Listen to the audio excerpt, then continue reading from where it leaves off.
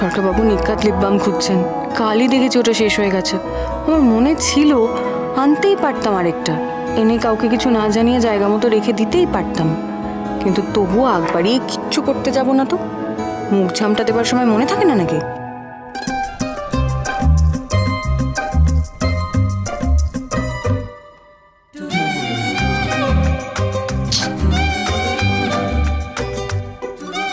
আমার হয়েছে যত জ্বালা, না পারি সইতে, না পারি চোখ উল্টে থাকতে। ধ্যাৎ।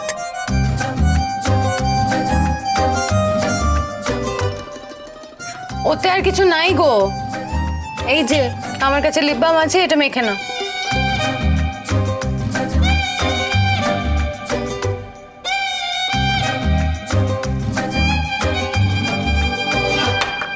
এই রাখলাম, ইচ্ছে হলে মাখবে, না ইচ্ছে হলে মাখার কোনো দরকার নেই। তবে আমার কথা শুনলে তুমি মেখে নাও, তারপর ঠোঁট ফেটে রক্ত বেরোবে, আর ঠাম্মি এসে তো আমাকেই বলবে না যে বরের একটু খেয়াল রাখতে পারিস না। বেকার বেকার এত কথা শুনতে আমার ভালো লাগে না গো, তাই আমি নিজের কর্তব্য করে দিয়েছি। এবার দেখো তুমি কি করবে। এই সমস্ত ন্যাকামো করে যত্ন না নিয়ে যেটা করলে আমার যত্ন নেওয়া হয় সেটাই কর না। তা সেটা কি একটু ভালো করে বুঝিয়ে বলবে না কি? কেন ঘাটছিস আমাদের পরিবারের সিস্টেম, আমাদের স্ট্রাকচারগুলোকে? সবাই একটা সিস্টেমের মধ্যে সুখে শান্তিতে আছে, সেটা তোর ভালো লাগছে না? সেই সিস্টেমের মধ্যে ঢুকে অশান্তি ক্রিয়েট করে সবার সঙ্গে সবার সম্পর্ক নষ্ট করে কি আনন্দ পাচ্ছিস তুই?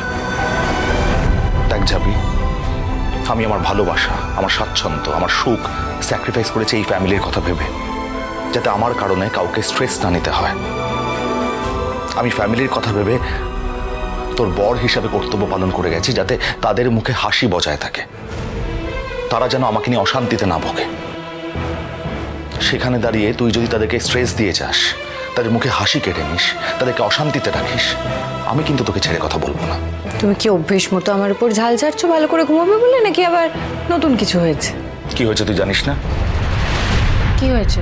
কেন গিয়েছিলি তুই রনিতার বাড়িতে? কেন ভালো মায়ের মাথাটা তুই খাচ্ছিস? এই ক্যাটারিং এর বিজনেসে পোকা কেন ভালো মায়ের মাথায় ঢুকেছিস তুই? ভালো মা সুখে শান্তিতে আছে, সেটা তো সহ্য হচ্ছে না।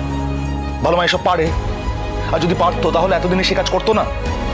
না পারতো না, টাকা দিয়ে, অনুপ্রেরণা দিয়ে, লোক বল দিয়ে, ইনফ্রাস্ট্রাকচার দিয়ে এতদিন ভালো পিসিদের পাশে কেউ এসে দাঁড়ায়নি। আমি যদি আমার পুঁজি দিয়ে এই মহিলাদের পাশে এসে দাঁড়াই, এদের জীবনে একটা কিছু করে দেখানোর সাহস যোগাই, নিজেদের পরিচয় তৈরি করার একটা রাস্তা দেখায়, তাতে তোমাদের এত অসুবিধে কোথায় হচ্ছে আমাকে একটু বলবে প্লিজ? তুমি তো বিদেশে লেখাপড়া করে এসেছো, তুমি তো একজন শিক্ষিত মডার্ন মানুষ। সেখানে এই গৃহবধূরা নিজেদের সংসারের বেড়াজালের মধ্যে আটকে না থেকে নিজেদের পোটেনশিয়াল কাজে লাগিয়ে জীবনে স্বনির্ভর হতে চাইছে। সেখানে তোমাদের এত সমস্যা কোথায়? তোমরা কেন এটাকে সহ্য করতে পারছো না? কেন এত বাধা দিচ্ছ তোমরা? লক্ষ্মী ঝাঁপি প্রতিদিন সন্ধে 6:30টায় স্টার জলসায় ও জিও হটস্টারে।